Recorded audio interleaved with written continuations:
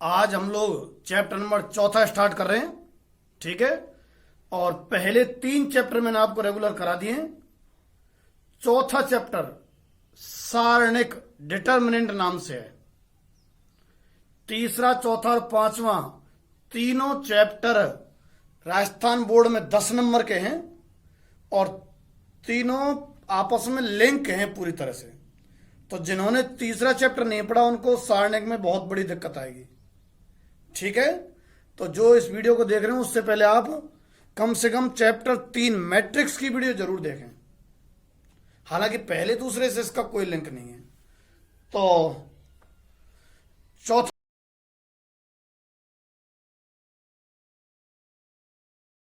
जो चैप्टर है क्या नाम से है भाई? सारणिक। चौथा चैप्टर सारणिक, इंग्लिश में डिटर्मिनेंट है। ठीक है, चौथा जो चैप्टर है वो सारणिक और इंग्लिश में डिटर्मिनेंट कहेंगे। अच्छा, क्या चीज रहा करती है? सारणिक एक न्यूमेरिकल वैल्यू है। सारणिक एक संख्यात्मक मान है जो एक वर्ग मैट्रिक्स से संबंधित होता है। ठीक है, जो एक वर्ग मैट्रिक्स से संबंधित होता है, या फिर यूं कहें कि जो समीकरण रहा करते हैं, जैसे 2 वेरिएबल की समीकरण हुई तो 2 समीकरण चाहिए, वहां से भी प्राप्त होती है सारणिक जो है। डेफिनेशन कहीं काम नहीं आ रही है, फिर भी सारणिक वर्ग मैट्रिक्स से संबंधित एक संख्या है। ठीक है, सारणिक एक वर्ग मैट्रिक्स से संबंधित संख्या है। ठीक है, एक वर्ग मैट्रिक्स से संबंधित संख्या है। अच्छा, होता क्या है? यदि ए कोई वर्ग मैट्रिक्स है, यदि ए कोई वर्ग मैट्रिक्स है तो सारणिक ए को किससे व्यक्त करते हैं? यूं, मापांक नहीं है ये। ठीक है, मापांक नहीं है ये, सारणिक है, तो सारणिक ए से व्यक्त करते हैं। ठीक, अच्छा, तो सारणिक ए को इससे व्यक्त करते हैं। ठीक बात है। अच्छा, होता कैसे है फिर? तो देखो, यदि ए मैट्रिक्स 1x1 की है, ठीक, तो सारणिक ए, ये जो डंडे ने ये यूं लिखने, देखो ये सीधे हो गए। यदि यूं लिख रहा है, देखो ऐसा मापांक भी होता है, चैप्टर पर डिपेंड करता है। अगर बात सारणिक की चल रही है तो उस समय ये मापांक नहीं है, सारणिक है, डिटर्मिनेंट है। ठीक है, अच्छा, तो यदि ए बराबर ये मैट्रिक्स हो, मैट्रिक्स है ये, अंतर रखा करना। बहुत से बच्चे सारणिक को मैट्रिक्स और मैट्रिक्स को सारणिक लिख देते हैं। तो इस तरीके से ये मैट्रिक्स है, तो इससे संबंधित सारणिक ए क्या रहेगी? ऐसे। इसी प्रकार यदि ए बराबर 1 4 -2 3, 2x2 की सारणिक है ये। ठीक है, तो इससे संबंधित सारणिक ए कितनी रहेगी? सारणिक ए ये रहेगी 1 4 -2 3। 1 4 -2 3 2/2 की सारणिक होगी। ठीक, कि आपने तो कहा था कि एक संख्या रहा करती है, बिल्कुल इसका हल होके मान आएगा और एक अकेली संख्या आएगी। सीखेंगे अभी तो केवल सारणिक लिखना बता रहा हूं। यदि ए मैट्रिक्स है तो इससे संबंधित सारणिक इस तरह से लिखी जाएगी। यदि 2/2 की ये मैट्रिक्स है तो इससे संबंधित सारणिक ऐसे लिखी जाएगी। ऐसे ही यदि 3/3 की हो जाती है, मान लो 1 6 0 -2 8 -7 4 0 1, ये 3/3 की मैट्रिक्स है, तो इससे संबंधित जो सारणिक है, इससे संबंधित जो सारणिक है वो कैसे व्यक्त होगी? 1 6 0। अवयव तो यही रहते हैं, अवयव तो यही रहते हैं, बस ये डंडे नहीं है, ये सीधे कर देना। देखो यहां तो ये मुड़ रहा है ना, मुड़ तो रहा है, यहां नहीं मुड़ रहा है, एकदम स्ट्रेट नहीं, सीधे। बाकी अवयव जो होगी तो 1 6 0 -2 8 -7 4 0 1। ठीक है, ये आपके मैट्रिक्स से संबंधित सारणिक हो गई, जिसको ऐसे व्यक्त करते हैं यूं यूं। अच्छा ध्यान रखना आप, अगर ये -3 होता ना तो सारणिक ए बराबर -3 ही लिखा जाता, मापांक नहीं है ये। ठीक है, इसको आप लिख लो, मैं हट जाता हूं साइड में। ये अभी मैंने आपको सारणिक बता दी, अब सारणिक का मान निकालना बताना चाह रहा हूं। ठीक है, कहा था ना मैंने कि सारणिक एक संख्या रहा करती है, तो वो संख्या कैसे? अभी तो बड़ा बड़ा स्ट्रक्चर लिख रहा था यहां, 3/3 की, 2/3 की, 2/2 की, 1/1 की, है ना। अब इन सारणिक का मान निकालना, तो देखो कैसे निकालते हैं। पहला, यदि सारणिक 1/1 की हो, ठीक है, यदि सारणिक 1/1 की हो तो देखो सारणिक ए यूं भी व्यक्त होती है और बुक में कई जगह डेल्टा से भी व्यक्त रहेगी, यूं भी व्यक्त रहेगी और डेल्टा से व्यक्त रहेगी, और कभी कभी यूं भी लिख देता है dt और ब्रैकेट में a, ऐसे, ये भी एक ही बात है। ठीक है, और मान लो सारणिक है यूं a, कोई संख्या होगी, ये संख्या नेगेटिव भी हो सकती है और पॉजिटिव भी हो सकती है, तो सारणिक का मान बताएं, ये खुद ही आ जाता है, कौन? a। यदि 1/1 की सारणिक हो ना, तब यदि 1/1 की सारणिक हो तो ये। अच्छा, अब स्टेप है 2/2 की। यदि सारणिक 2/2 की हो, ठीक है, जैसे आपके सामने आ जाए A11 A12 A21 और A22, ये कोई सारणिक लिख दी, 2/2 की है।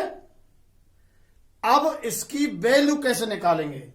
तो देखो 2/2 की सारणिक का मान इनका गुणा माइनस इनका गुणा। ठीक है, यहां से इनका गुणा माइनस इनका गुणा, मतलब A11 A22 minus A21 A12, इनका गुणा माइनस इनका गुणा। छोटी मोटी कोई कैलकुलेशन मिस्टेक हो जाया करे तो देख लिया करना आप लोग। ठीक, इतना। इसको सॉल्व करने पर जो न्यूमेरिकल वैल्यू आएगी, जो संख्यात्मक मान आएगा, वह सारणिक का मान होगा। एग्जाम्पल लेता हूं, एग्जाम्पल डेल्टा बराबर -7 4 2 3, ये सारणिक है। तब डेल्टा बराबर, देखो कैसे आएगा, कहा था ना n का गुणा माइनस n का गुणा। n का गुणा तो कितना है, -21 माइनस n का गुणा जो कि कितना है 8। हालांकि दोनों माइनस माइनस के हो गए तो माइनस के 29 आ गया। समझ पा रहे हैं बात को। एक और एग्जांपल लूं, डेल्टा बराबर आपका जाता है 7 माइनस 9 6 और 8, ये आ जाता है। तब सारणिक का मान कैसे प्राप्त होगा, n का गुणा माइनस n का गुणा, तो 8 गुणा 7 माइनस 6 गुणा -9, ठीक है। n का गुणा माइनस n का गुणा कितना रहा, ये तो 56। अच्छा, माइनस चिन्ह आगे आएगा तो माइनस माइनस क्या हो जाएगा, प्लस। 54 हुए के जाने, 54 और ये 56, शायद 110 प्लस के 110, ठीक है। ये 2/2 की सारणिक का मान हुआ। अब अगले स्टेप में अपन 3/3 की सारणिक का मान, ज्यादातर 2/2 की या 3/3 की सारणिक के मान निकालने की ही आवश्यकता पड़ती है। इसे आप लिखो। अब यदि सारणिक 3/3 की हो तो देखो कैसे हल करेंगे। यदि 3/3 की है, एग्जाम्पल ले रहा हूं या पहले व्यापक तौर पे ले लेता हूं। 3/3 की, A11 A12 A13 A21 A22 A23 A31 A32 और A33, ठीक है। यदि सारणिक 3/3 की हो, ये ले ली हमने 3/3 की सारणिक, तो इसका मान कैसे निकालते हैं, देखो। A11 ले लेना और ये तो रो हटा दो A11 की और ये कॉलम हटा दो, हटा दी दोनों। ये जो बचा हुआ रह जाता है, A11 लिखा है ना, तो पूरी रो साफ कर दो, पूरा कॉलम साफ कर दो, मिटा मत देना, मन में हटा देना ऐसे। ये बची हुई जो ना 2/2 की वो लिख लो आप, कितना A22 A23 A32 और A33। फिर दूसरे नंबर का होता है माइनस, पहला प्लस का A11। मैं पहली वाली रो है ना, इसको ले रहा हूं, ध्यान में रखना। पहली वाली रो को A11 और ये 2/2 का, पहला प्लस का और दूसरा माइनस का, कौन, A12। फिर अगर ये लिया है ना, तो इसके कॉलम को साफ कर दो, इसके रो को देखो मैंने हटा दिया, छिपाए हाथ से। A12 ले रहे ना, तो ये बीच वाला कॉलम हटा दो और ये ऊपर की रो हटा दो। ये 4 अवयव दिखे रह जाएंगे, ये 4 अवयव दिखे रह जाएंगे। A21 A23 A21 A23 A31 A33, ठीक है। अच्छा आगे अब आ जाओ तीसरी संख्या। देखो A11 पहली रो के अवयव लिए मैंने ये A11 प्लस का, A12 माइनस का, A13 प्लस का A13 दिख रहा है, दिख तो रहा है। अब A13 का कॉलम हटा दो और A13 की रो हटा दो। A13 का कॉलम और A13 की रो हटा दें तो ये बचेंगे, देखो ये बचेंगे A21 A22 A21 A22, ठीक है। A31 A32 A31 A32, ठीक। सारणी का मान इस तरह से निकाला जाएगा। अब इनके मान आपको पता है ये कैसे निकलते हैं, इनका गुणा माइनस इनका गुणा, जो भी आएगा उसका A11 से गुणा, ऐसे इसका ऐसे इसका, 2/2 की तो हमने निकाल ली ना अभी। अब हम एग्जैक्ट एग्जाम्पल लिखते हैं जिसमें संख्या होंगी। देखो 2 बार कर लेंगे। डेल्टा बराबर आपके सामने आ जाता है, मान लो -3 6 2 1 0 7 2 1 4, ये सारणिक है। देखो कैसे मान निकालना होता है। पहली रो के अवयव लेने होते हैं, देखो ये रे, तो पहली रो का अवयव ये तो लेना होता है ज्यों की तो, पहला तो ज्यों की तो, दूसरे के आगे माइनस लगता है ना। तो पहला तो ज्यों की तो -3, फिर रो हटा दो इसका और उसका कॉलम हटा दो। -3 है ना, इसकी रो हटानी है और इसका कॉलम हटाना है। देखो मैंने हटा दिया, बचेगा कितना 0 7 1 4 0 7 1 4। फिर दूसरा अवयव उतारना है परंतु उसके सामने माइनस, दूसरा अवयव उतार लिया परंतु इसके सामने माइनस। फिर बगल में 2/2 की बची हुई उपसारणिक, 6 का कॉलम हटा दो, 6 का रो हटा दो। सीख लो ढंग से, जिस अवयव को लिखना हो ना 6 को में, उसके कॉलम को नहीं देखना है और उसकी रो को नहीं देखना है, तो ये बच जाएंगे। देखो ये 1 7 2 4 1 7 2 4। फिर अगली संख्या काय के चिन्ह की, प्लस की, पहला ज्यों की तो, दूसरे का आगे है माइनस। ये संयोग से पहले से ही माइनस का है, नहीं मैंने तो चिन्ह प्लस का लगाया था परंतु खुद ही माइनस का है, समझ गए। नहीं पहला तो प्लस का ही लेना होता है, प्लस का और वह संख्या माइनस की थी, फिर माइनस वह संख्या प्लस वह संख्या, वह मतलब ये वाली कितनी है 2,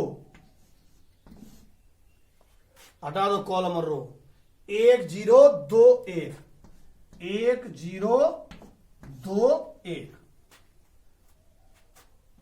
ये आया -3, इनका गुणा माइनस इनका गुणा, 2/2 की कर ऐसे ही निकालते थे ना, तो 4 गुणा 0 0 -7 गुणा 1 7 -6। अब इनका गुणा माइनस इनका गुणा, तो 4 -14, फिर +2, इनका गुणा माइनस इनका गुणा, 1 -2 गुणा 0 है, ठीक है, 1 -0। तो देखो -7 और -3 प्लस के 21 बैठेगा, गुणा है गुणा, प्लस के 21, 4 -14 माइनस के 10 और माइनस के 6, तो गुणा होगा तो प्लस का 60, और ये 1 - 0 1, 1 × 2 2, तो +2। ये हल हो के आ गया, कितना आ गया? 60 और 20 80 और 3 83 हो गए। तो यह सारणिक एक संख्या ही है और कितनी है? 83 है। ठीक है, सारणिक एक न्यूमेरिकल नंबर होता है जिसकी वैल्यू इन मेथड से निकाली जा सकती है।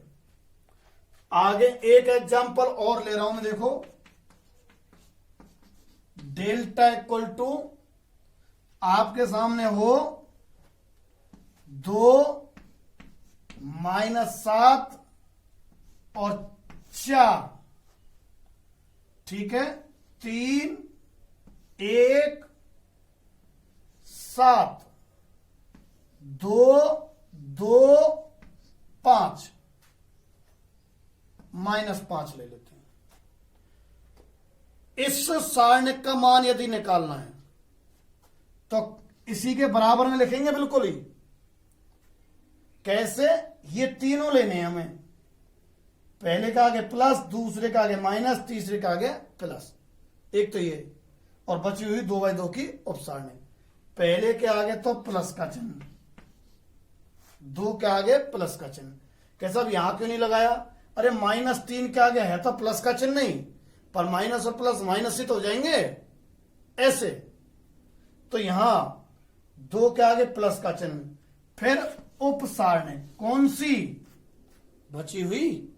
ये 2 है ना, तो 2 का कॉलम हटा दो, 2 की रो हटा दो। हटाओ। 1 7 2 -5, 1 7 2 -5। अच्छा, माइनस दूसरे नंबर की संख्या -7,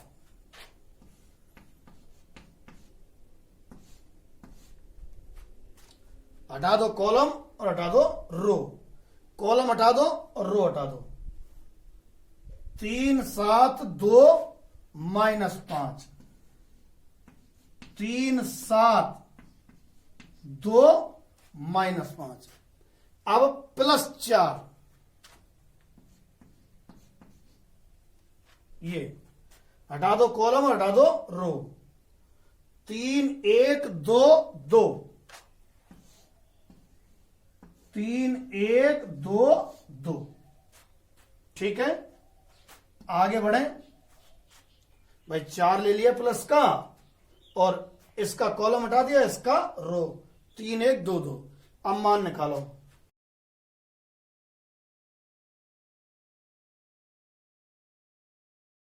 दो इनका गुणा माइनस इनका गुणा, ठीक है। तो -5 माइनस इनका गुणा कितना है? 14। देखो, -5 -14, माइनस माइनस +7।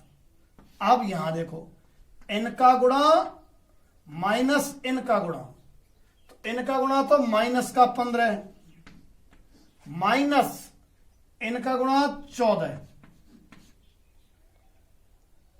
प्लस 4 इनका गुणा माइनस इनका गुणा 6 - 2। ठीक। और इसको अगर अपन आगे सॉल्व कर लेते हैं, कितना आ रहा है? फिर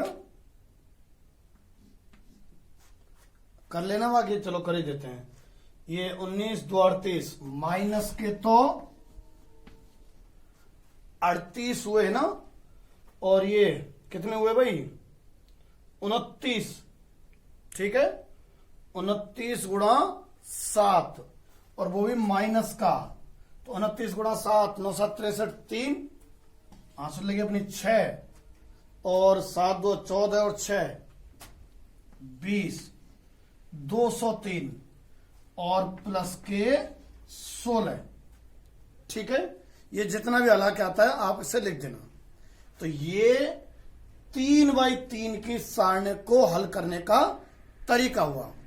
अब इसी में 3/3 की सारणी के मान निकालने में भी अब मैं आगे बढ़ रहा हूं, कुछ छोटी मोटी कारस्तानी और करेंगे। देखो अभी आप लिख लो इसे। अभी आपने 3/3 की सारणी का मान निकालना सीखा है ना। अच्छा, 3/3 की सारणी का मान कैसे निकाला था हमने, वापस से एक बार और निकाल रहा हूं। और मैंने ये जो लिखा है कुछ नई चीज सिखाने वाला हूं, पहले आप उसी पुराने तरीके से निकाल लो जो मैंने अभी सिखाया है। क्या सिखाया था कि भाई ये 1 ले लो आप, ठीक, इसकी रो हटा दो, इसका कॉलम हटा दो, तो कितना बचा, 3 2 4 5। पहला तो प्लस का, दूसरा माइनस का, ठीक है, माइनस का 2 ले दिया। ये कॉलम हटा दो, ये रो हटा दो, कॉलम हटा दो, रो हटा दो। 4 2 -1 5, 4 2 -1 5। अब 3, ये कैसा लेना है आपको, प्लस का 3 लिया, कॉलम हटा दो, रो हटा दो। 4 3 -1 4, 4 3 -1 4, तो ये हुआ 15 -8, 15 -8 -2, ये हुआ 20 माइनस इनका गुणा कितना बैठ रहा है, -2, तो ये क्या हो जाएगा उल्टा, +2 +3। अच्छा, इनका गुणा माइनस इनका गुणा, -3 है जो कि क्या बन जाएगा, +3। तो ये रहा फाइनली कितना, 15 -8 7, ये माइनस के 44 और प्लस के कितना बैठ रहा है जाने, 19 30 57, ठीक है, 57 में 44 7 6 13, ये तो बच गए 13 और 7 20 आया, ठीक है। और कोई कैलकुलेशन मिस्टेक होगी तो देख लेना, मेथड ये रहेगा। अब मैं क्या बताना चाह रहा हूं, बहुत गहरी बात आने वाली है। सारणी का मान हमने ये पहली रो के अभी लिए हैं, देखो 1 लिया है, 2 लिया है, 3 लिया है, पहली रो के अभी लिए हैं। सारणी का मान किसी भी रो या किसी भी कॉलम के सापेक्ष विस्तार, इसको विस्तार बोलते हैं, करके लाया जा सकता है। अभी तो है फर्स्ट जो रो है ना R1, उसके सापेक्ष विस्तार है। आप चाहें जिस रो या जिस कॉलम के सापेक्ष विस्तार करके सारणी का मान ज्ञात कर सकते हैं। समझ गए बात को, क्या कह रहा हूं मैं, मान तो निकालूंगा मैं। जैसे फर्स्ट रो के अवयव लिए ना, ऐसे कोई से भी रो के अवयव ले सकते हैं, कोई से भी कॉलम के अवयव ले सकते हैं और सारणी का मान निकाल सकते हैं। बात चिन्ह की रहती है।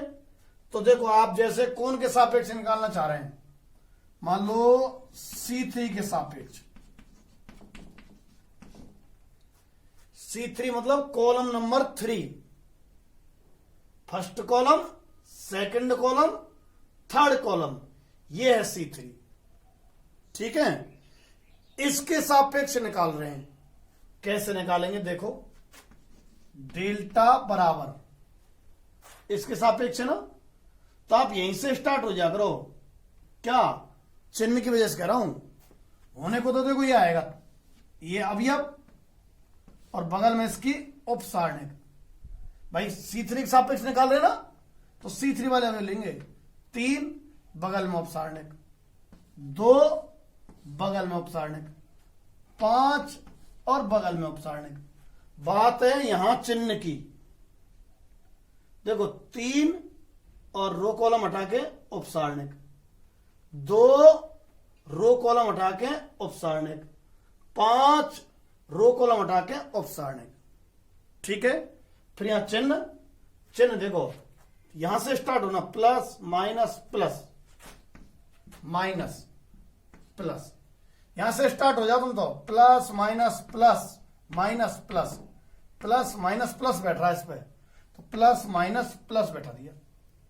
ठीक है, अब इसके मान देखो आप, 3 के बगल में तो 3 की उपसारणिक, 4 3 माइनस 1 4। ठीक है, अच्छा माइनस 2 है, 2 के बगल में देख 2 की उपसारणिक, 2 रो हटा दो, 2 कॉलम हटा दिया, 1 2 माइनस 1 4, 5 रो हटा दो, कॉलम हटा दो, 1 2 4 3। ठीक, ये आया हलो के कितना, 3 के गुणा में तो देखो 4 चौका 16 और माइनस ये करेंगे तो प्लस 3 हो जाएगा, 17 सॉरी 16 और 3 19 30 57। यहां जाओ, 4 माइनस माइनस 2 करेंगे तो प्लस 2 हो जाएगा, तो 4 और 2 6 2 12 माइनस के 12। यहां जाओ, प्लस या माइनस जो भी आता है देखते हैं, 3 और माइनस 8, 3 में से अगर 8 जाते हैं तो कितने बचते हैं भाई, माइनस के 5, और ये माइनस 5 है तो माइनस के 25।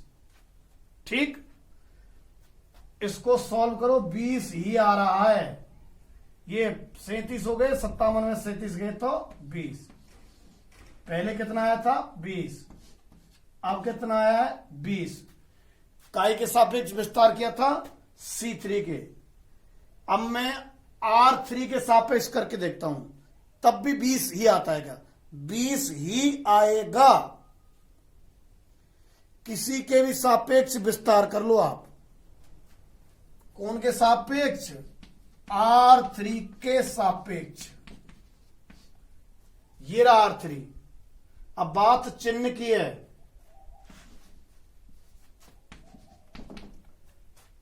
यहां से स्टार्ट कर दो, प्लस माइनस प्लस, प्लस का लेना है कौन, ये वाली संख्या जो की तो तारी आगे प्लस, फिर इसकी उपसारणिक करना वो, ये जो R1 के सापेक्ष किया था, कैसे, रो हटा दो, कॉलम हटा दो, बची उपसारणिक, हटाओ, 2 3 3 2, फिर ये प्लस का लिया तो अब ये माइनस का, कौन 4 हटा दो, रो कॉलम हटा दो, रो हटा दो, 1 3 4 2 1 3 4 2, अब प्लस का 5 5 कॉलम हटाओ, रो हटाओ, 1 2 4 3 बराबर कितना है भाई, 2 दूना 4 है ना, 2 3 3 2 ये ना सही है, 4 में से 9 जाए तो माइनस के 5 और प्लस के 5 हो जाएंगे।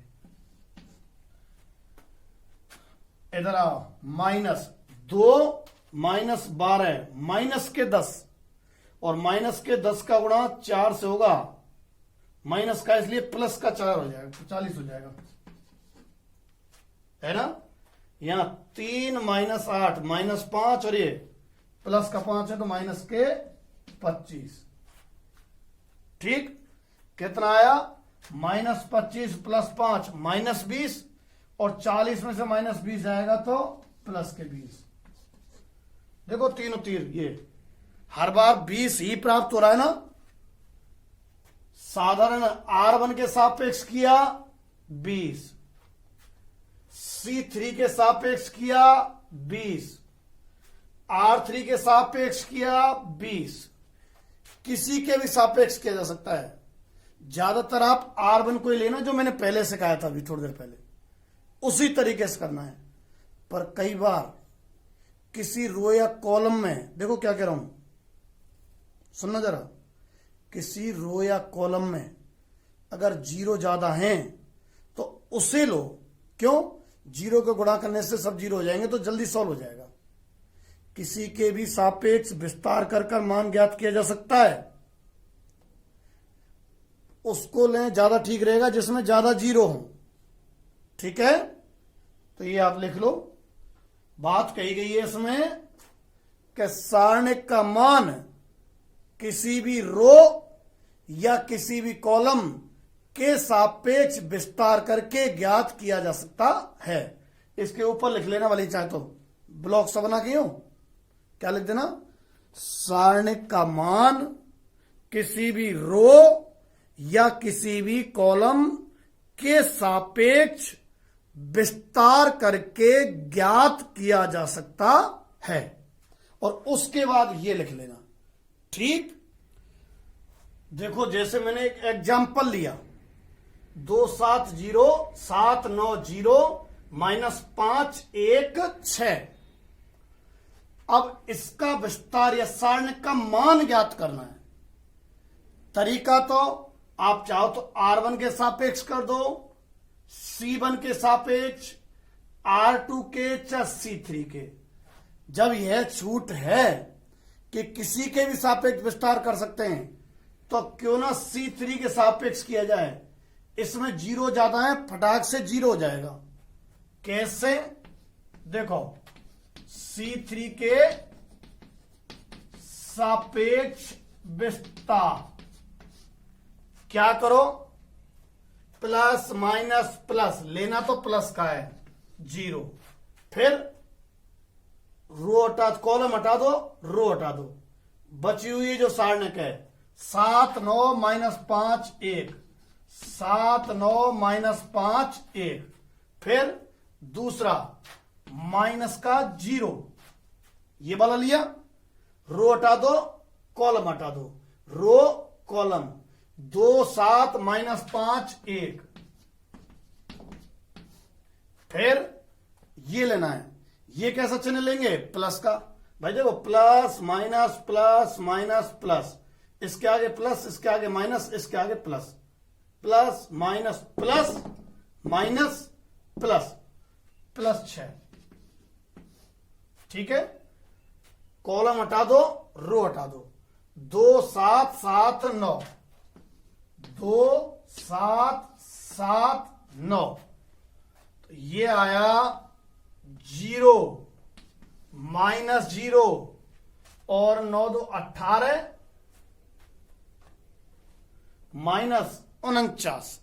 ठीक है, 18 -49, तो 18 -49 कितना आएगा, 31, वो भी माइनस का, और माइनस के 31 में गुणा 6 कितना आ गया, 186।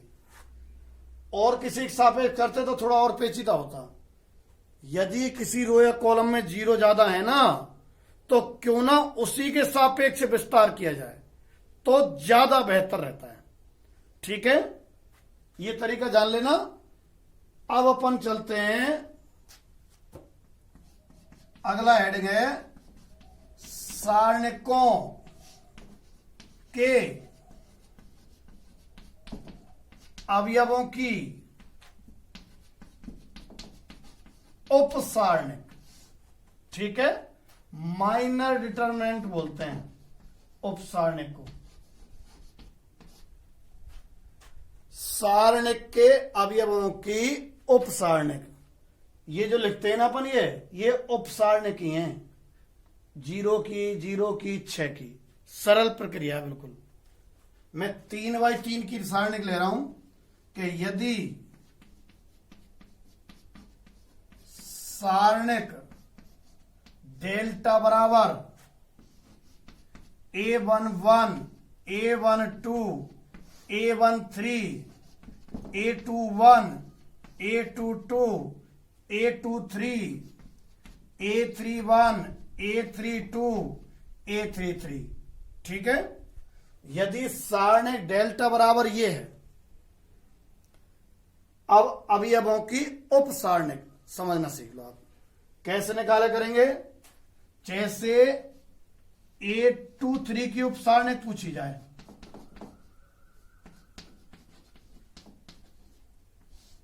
कुछ नहीं है, बहुत ही सरल है। ये जो लिखे हैं वही है। कहां है A23, ये रहा। इसकी उपसारणिक चाहिए, इसी की रो हटा दो, इसी का कॉलम हटा दो, हटा दिए, ये हटा दिए, A11 A12 A31 A32। देखो M23 से तो व्यक्त कर देते हैं, इस पूरे कथन को M23 लिखा जा सकता है। और मान क्या है, अभी अभी देखा ना आपने, ये 8 2 3 है ना, यूं हटा दो, रो कॉलम दोनों हटा दो, A11 A12 A11 A12 A31 A32, ठीक है। और की निकालें, मान लो A32 की उपसारणिक निकालनी है,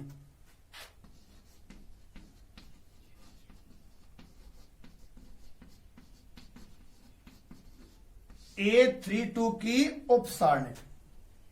अच्छा, A32 की उपसारणिक कैसे आएगी भाई, ये कॉलम हटा दो और ये रो हटा दो, कॉलम रो हटाएंगे, A11 A13 M32 से तो व्यक्त होगी।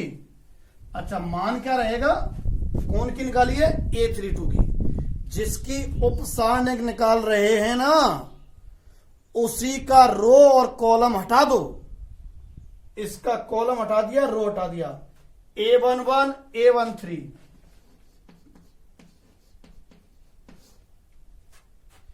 A21 A23, ठीक है, ये आ गया साहब। यदि सारणिक डेल्टा बराबर इतना हो तो इन अवयवों की उपसारणिक, समझ गए उपसारणिक कैसे निकालनी होती है। मैं एक बिल्कुल एग्जैक्ट एग्जांपल ले लेता हूं, संख्यात्मक।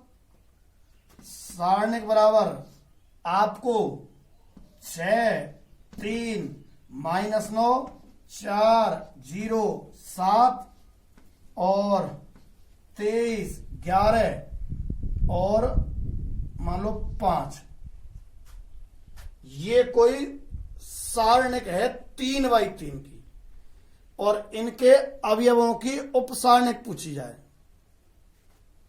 तो जैसे मैं कहूं कि M31 निकालो आप, M31 समझ रहे हैं, 31 स्थान पर जो अवयव है उसकी माइनर डिटर्मिनेंट, मतलब उपसारणिक 31 की, थर्ड रो 1 कॉलम, थर्ड तो रो 1 कॉलम, कौन की, 23 की पूछी है, यानी कि 23 की उपसारणिक, ठीक है। तो कितनी आएगी भाई, 23 की रो हटा दो, 23 का कॉलम, रो हटा दे, कॉलम हटा दो, बचा हुआ देख रहा हूं मैं 3 -9 0 7, 3 -9 0 7, ठीक है, ये 23 की उपसारणिक होगी। तो जिसकी भी उपसारणिक निकालते हैं उसकी रो और कॉलम दोनों हटा देते हैं, ठीक है, ये लिख लो आप।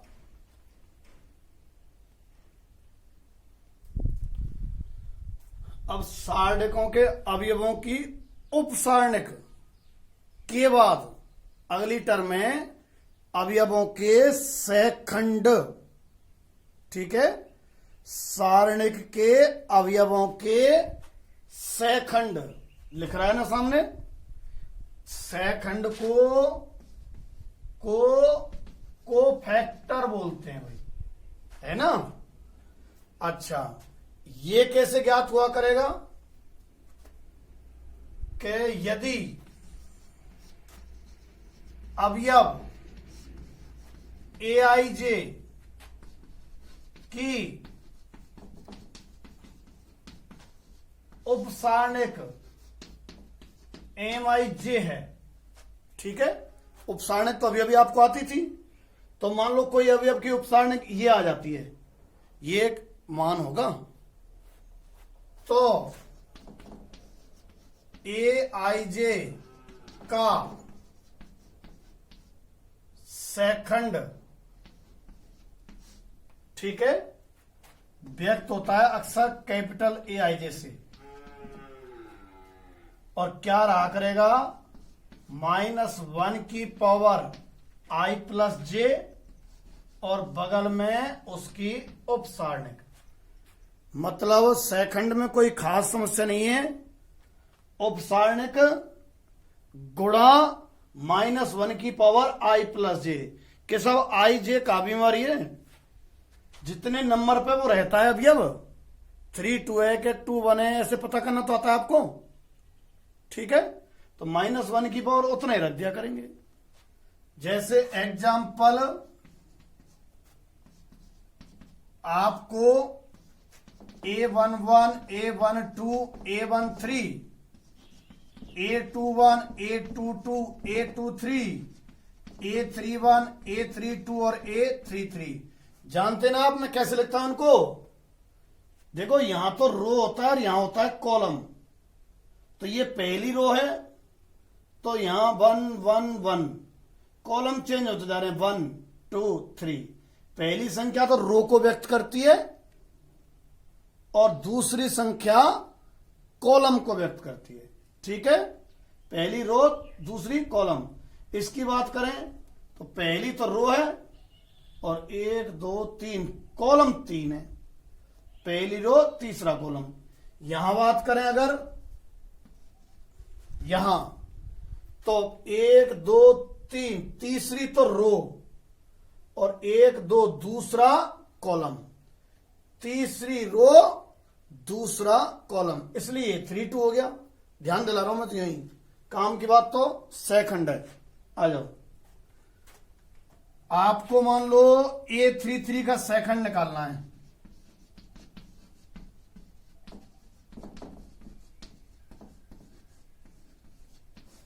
ठीक, इसका तो व्यक्त तो कैपिटल A33 से। ठीक है, अच्छा ज्ञात कैसे होगा? -1 की पावर, ये रहा ना सूत्र, I + J है ना। I इसको कहते हैं और J इसको कहते हैं, 3 + 3 और MIJ। ठीक है, MIJ मतलब उपसारणिक उसकी, कौन की? 3 3 की, इसकी उपसारणिक। उपसारणिक कैसे? कॉलम हटा दो, रो हटा दो। A11 A12 A11 A12, इसकी हटा रहे थे वो ना, रो हटा दिया, column. A21 A22 A21 A22, ये हल करना होता है, हालांकि संख्या आएगी भाई, ये जो भी चिन्ह आता है फिर इनका गुणा माइनस इनका गुणा, हल हो क्या आएगा हमेशा। ठीक है, अच्छा मान लो A21 की, A21 का सेकंड,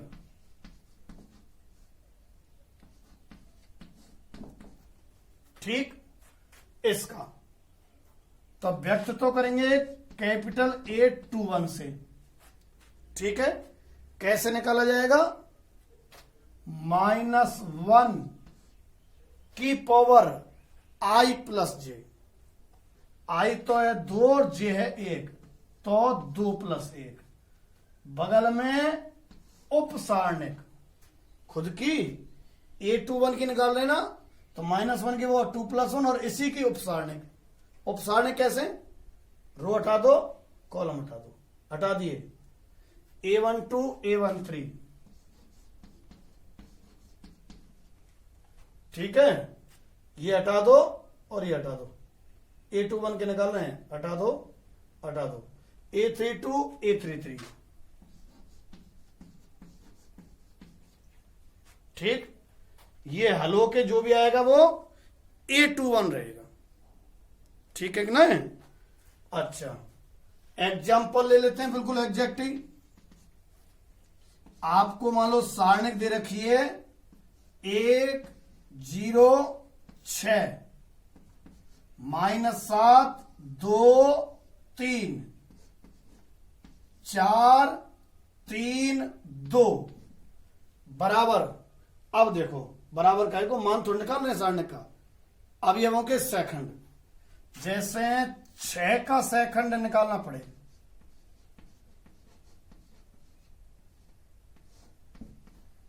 ठीक है, तो 6 का सेकंड कैसे निकालोगे? 6 कौन से नंबर पे? देखो 1 रो और कॉलम 3, 1 3 स्थान पे है।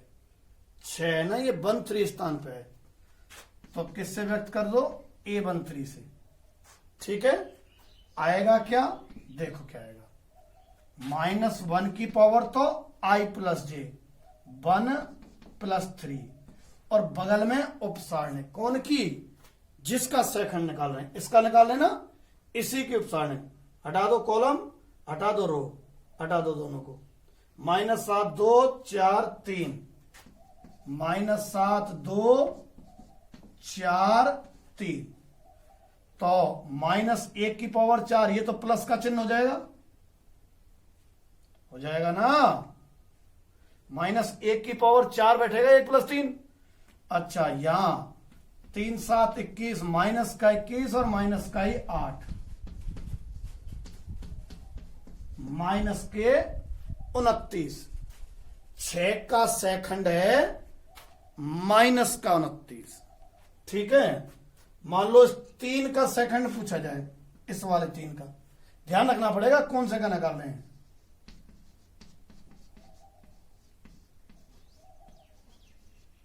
क्या 3 तो साथ 2 जगह, अब मैं लिखूंगा ना कौन से का निकाल रहे हैं।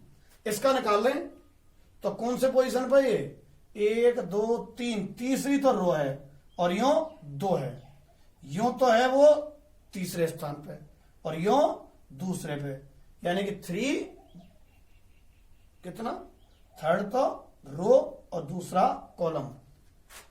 A32 लिख दिया ना ये। इसका मतलब है इसके लिखने के बाद निश्चित हो जाता है इसकी चर्चा चल रही है। नहीं, 3 तो 2 जगह है ना।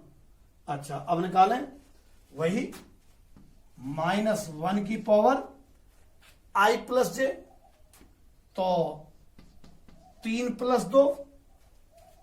ठीक, अच्छा, अब रो हटा दो, कॉलम हटा दो, इसका कॉलम हटा दिया, रो हटा दिया। 1 6 -7 3, 1 6 -7 3, एक ही था ना ये, और जो भी था एक है तो एक सही है ना। आगे हल करें इसको, देखो कितना आएगा। -1 की पावर 5 बैठ रहा है, यानी कि माइनस का चिन्ह आएगा भाई। -1 की पावर 5 का मतलब -1 -1 -1 5 बार, माइनस ही तो आएगा, तो ये चिन्ह तो माइनस। और ये हल कर दे तो 3 -7 6 42, माइनस के 42, तो 45 हो गया क्या, माइनस के 45। ठीक है, इस तरीके से अवयवों के सेकंड निकालते हैं। अब एक्सरसाइज के कुछ एक क्वेश्चन कर लेते हैं। क्वेश्चन नंबर पहला, के किस मान के लिए सारणी का मान 0 होगा। सारणी का मान 0 हो तो के का मान क्या होगा। बिल्कुल सरल क्वेश्चन है, चूंकि के 2 4 -3 = 0, तब इनका गुणा माइनस इनका गुणा सारणी का मान आ जाएगा। भाई सारणी का मान 0 है तो सारणी का मान कैसे निकालते हैं, 2/2 की तो डायरेक्ट यूं निकाल लेते हैं, 3/3 की वो करते हैं जो एक दबा देते हैं, वो 3/3 की में, 2/2 की तो सादा, इनका गुणा माइनस इनका गुणा, तो -3 के माइनस इनका गुणा जो कि 8 बराबर 0। यहां से के की वैल्यू -8/3 प्राप्त हो जाएगी। यूं करके आपका पहला क्वेश्चन हो गया। ठीक है, अब क्वेश्चन नंबर 5 देखो, उसमें पहला और दूसरा है। 5वें क्वेश्चन में मैंने दूसरा वाला लिया है जानबूझ के। आपको सारणिक ये दे रखी है, आपसे कह रहा है कि जो प्रथम स्तंभ है उसके अवयवों की उपसारणिक ज्ञात करनी है और सेकंड ज्ञात करना है, और फिर सारणी का मान। 3 चीजें हैं। प्रथम स्तंभ के अवयव ये रहे AHG, इनके उपसारणिक और सेकंड। सॉल्यूशन करें अपन, हल लिख दिया, सॉल्यूशन है ना। प्रथम स्तंभ के अवयवों के उपसारणिक, प्रथम स्तंभ के अवयवों की उपसारणिक लिखो भाई। लो, ये तो M11, ये M21 और ये M31। पहले तो रो नंबर बोला जाता है, तो इसका रो नंबर 1, इसका 2, इसका 3, तो ये तो M1 और 1, ये M2 1, M3 1, भाई थर्ड रो 1 कॉलम। और उपसारणिक को M से व्यक्त करते थे ना, पहले की तो M11, इसकी हटा दिया है। रो और कॉलम एक ही याद कर रहे हैं, रो हटा दो कॉलम हटा दो। BFFC, BFFC। H जो है ना, दूसरी तो रो है और पहला कॉलम, तो उपसारणिक कौन का? दूसरी रो पहला कॉलम, दूसरी रो पहला कॉलम बराबर हटा जाए। यो रो और कॉलम हटा दो, रो और कॉलम हटा दिए। HGFC, HGFC। अब M31, ये थर्ड तो रो है और 1 कॉलम है, M31। इसकी रो हटा दो और कॉलम हटा दो, रो और कॉलम। HGBF, HGBF। ये वाला सॉल्व हो चुका है भाई उपसारणिक। अब सेकंड,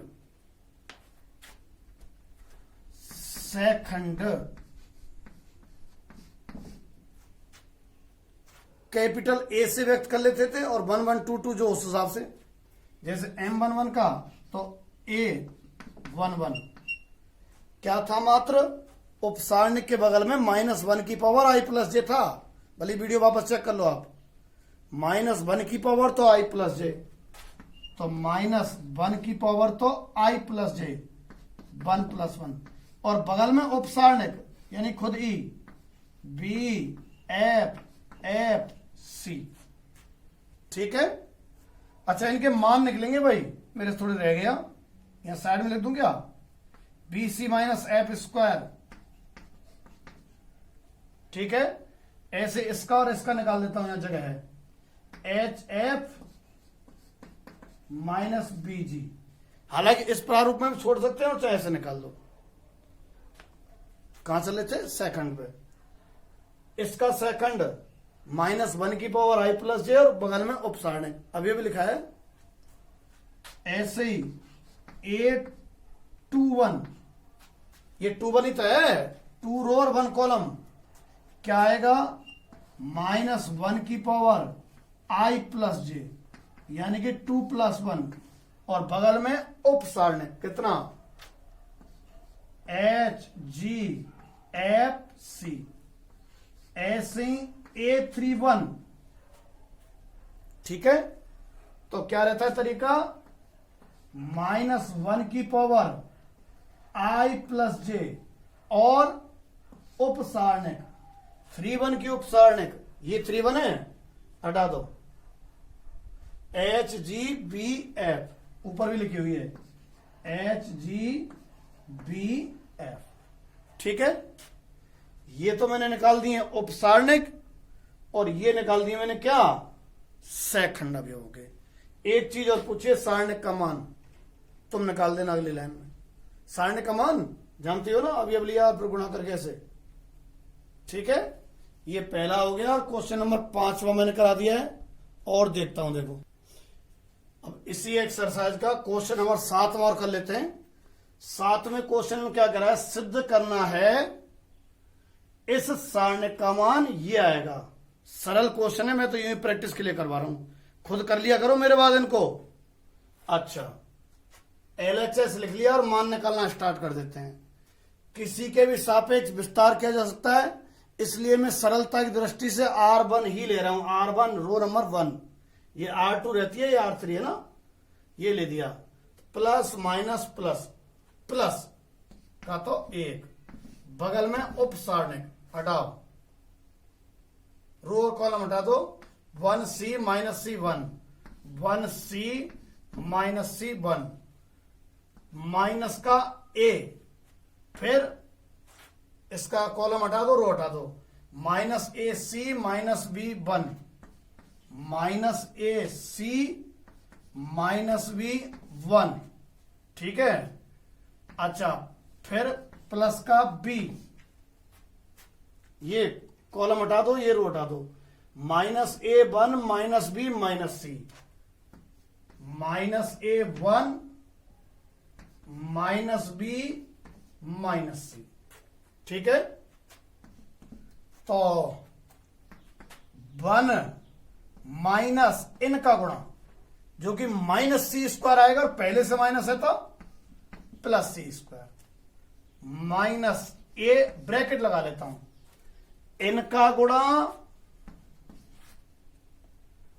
माइनस इनका गुणा, तो माइनस बी सी आ रहा है, तो क्या हो जाएगा फिर प्लस बी सी, 2 बार माइनस आ गया ना, इसलिए प्लस बी ब्रैकेट लगा दिया, इनका गुणा ए सी माइनस इनका गुणा, तो माइनस बी आ रहा है जो कि क्या बन जाएगा प्लस बी, तो ये आ गया 1 plus C square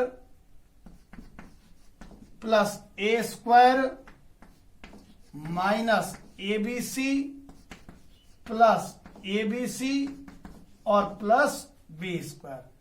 A B C तो कट गया, तो 1 plus A square plus B square plus C square आ गया। बिल्कुल सरल है, 4.1 आप आज कर लेना, ठीक है। कल हम लोग 4.2 स्टार्ट कर देंगे, आधा घंटे की मुश्किल से 4.1। टाइम बच जाता है तो पुरानी कर लिया करो, क्योंकि टेस्ट आने वाला है अभी आपका 2-4 दिन के अंदर, ठीक है।